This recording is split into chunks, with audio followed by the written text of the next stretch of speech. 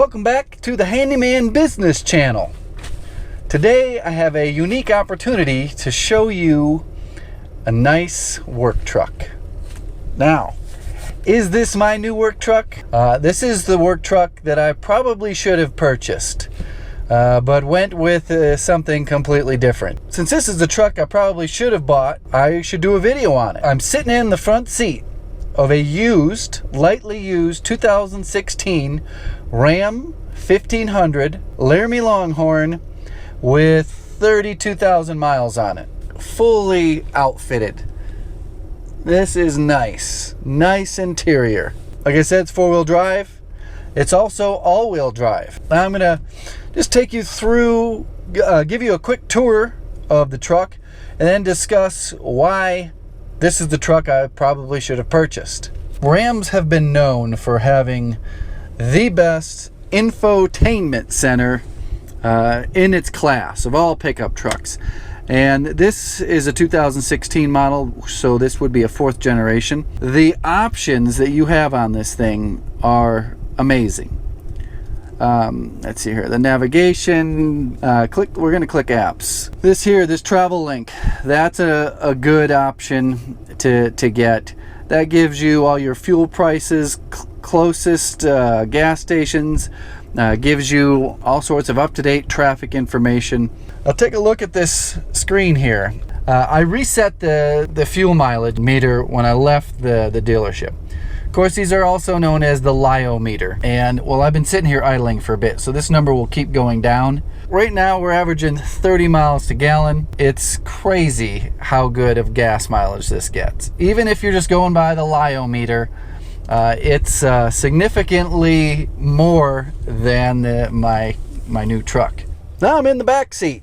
Back seat is pretty comfortable. I don't think it's class leading in back seat volume, but it's in the top 3, I believe.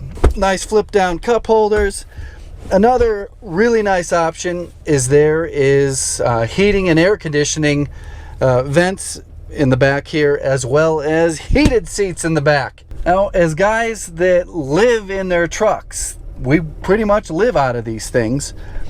Having heated and cooled seats is a really nice option. Heated seats, cooled seats, heated steering wheel. Here's a shot at the controls. You got your heating and air conditioning vents here.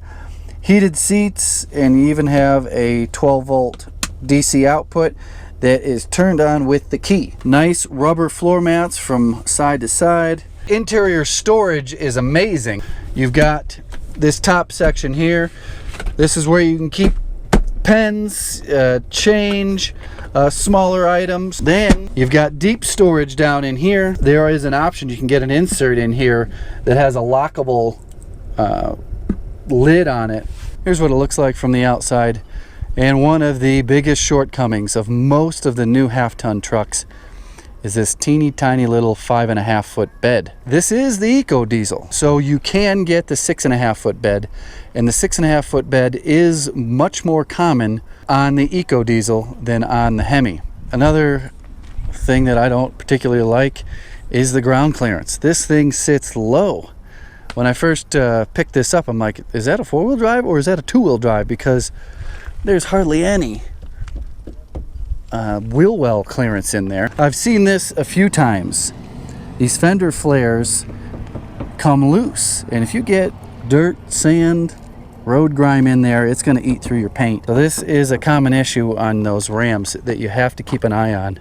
Of course, you got your DEF fluid, DEF, diesel exhaust fluid.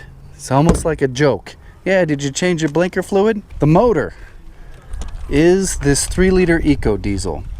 And when I was doing my research on a new truck to buy, I considered this one, but eventually I ruled it out because there just wasn't enough evidence, reviews to say this thing is an amazing engine. Everybody knows the Cummins turbo diesel that comes in the heavy duty models has the best reputation in the truck market. This one, it's kind of just mixed reviews on the Eco Diesel.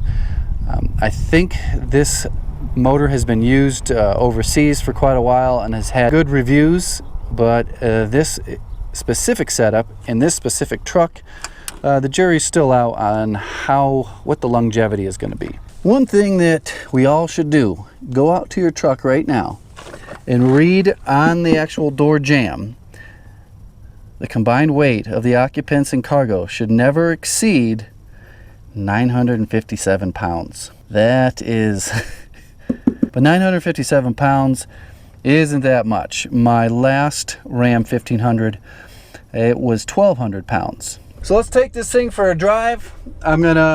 I kind of was easy on the gas mileage and not hot rodding it around. So I'm going to reset the miles per gallon LIO meter, and we're going to go for a ride, and I'm not going to be easy on it. I want to see what the acceleration is. Oh boy, I got to move this thing. I can already tell you it has really good brakes on it. Let's give her a little bit of gas.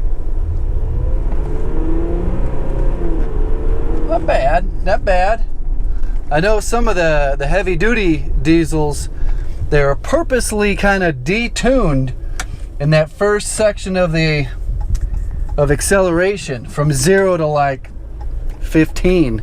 They're kind of dogs because they have such high horsepower, like 1,000 foot-pounds of torque. They don't want you just tearing apart the drivetrain by flooring it. The one thing I forgot to mention is that these 1500s, a lot of the new 1500s, half-ton trucks, have trailer brake controls. And you can set the gain plus or minus here. There's more information up here on the, whatever this screen is that's above the steering wheel. This mileage at 1,837 miles, that's how many miles this truck has been hooked up to a trailer that has electronic brakes. So if you're looking for a used one, you can go through the settings and what is this under? It's called trailer tow settings. But right now my trailer is hooked up, trailer brake not connected, so it will not log miles. So if you have a small boat or a tool trailer like mine, you're not going to see an accurate mileage for towing. Of course, my trailer and light boats are really lightweight and don't need trailer brakes, so it's not really putting a big strain on the truck or making it work in a towing mode. So here's what it looks like all hitched up. Looks like even this half-ton could use a further drop hitch, because you really don't want to tow at that steep of an angle. I have not yet towed this trailer with my new truck. I am going to have to get a ridiculous drop hitch for when I start towing this thing with my truck. You can still see that it doesn't look sagging like it's sagging in the rear, but a lot of these do have a rake to them from the factory, so when you do hitch something up, they don't sag in the rear. So I just recorded a whole bunch of me towing this thing, coming down a hill, accelerating, and it didn't have the dang microphone on, so I'm not even gonna try to mess with that footage. I went all the way up a hill, all the way down a hill. It towed fine. I really tried testing out the brakes to see if I could get them overheated coming down the hill. Yeah, they're sizzling pretty good. But I didn't get any fading, meaning they didn't stop working. So the question is, if this truck is so great, why didn't I get it? Because I could have gotten this exact truck with a 6.5 foot bed. This one here is only 5.5. So that ruled out any 5.5 foot trucks. Another reason, back seat's too small. I like a big back seat. Now another truck that I really considered was an F-150 EcoBoost, 3.5 liter EcoBoost. I needed to get the options that I wanted interior, I needed to either get a Platinum or a King Ranch. And I also needed a 6.5 foot bed. And it was almost impossible to find a Platinum or a King Ranch with a 6.5 foot bed. 4-wheel drive and you know, all the bells and whistles. So in order to open up a whole new segment of trucks that had at least a 6.5 foot bed, I had to get a bigger truck. I'm just gonna leave it at that. This is a tiny truck. It seems smaller than my last truck. For the most part, this truck or a truck just like this half-ton truck will do anything I need it to for my work, for my business, for the type of work that I do.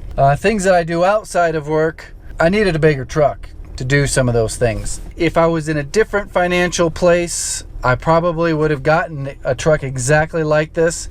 2 years old, 30,000 miles, only cost $35,000. This truck was around $58,000 2 years ago. That's it. 2 years ago, this truck was well over $55,000, and now it's for sale for $35,000. What kind of truck would you have bought? If you could buy any truck, which truck would you have gotten? There's a lot of opinions on trucks. You got to turn a dial to shift it. That's kind of neat. See you later.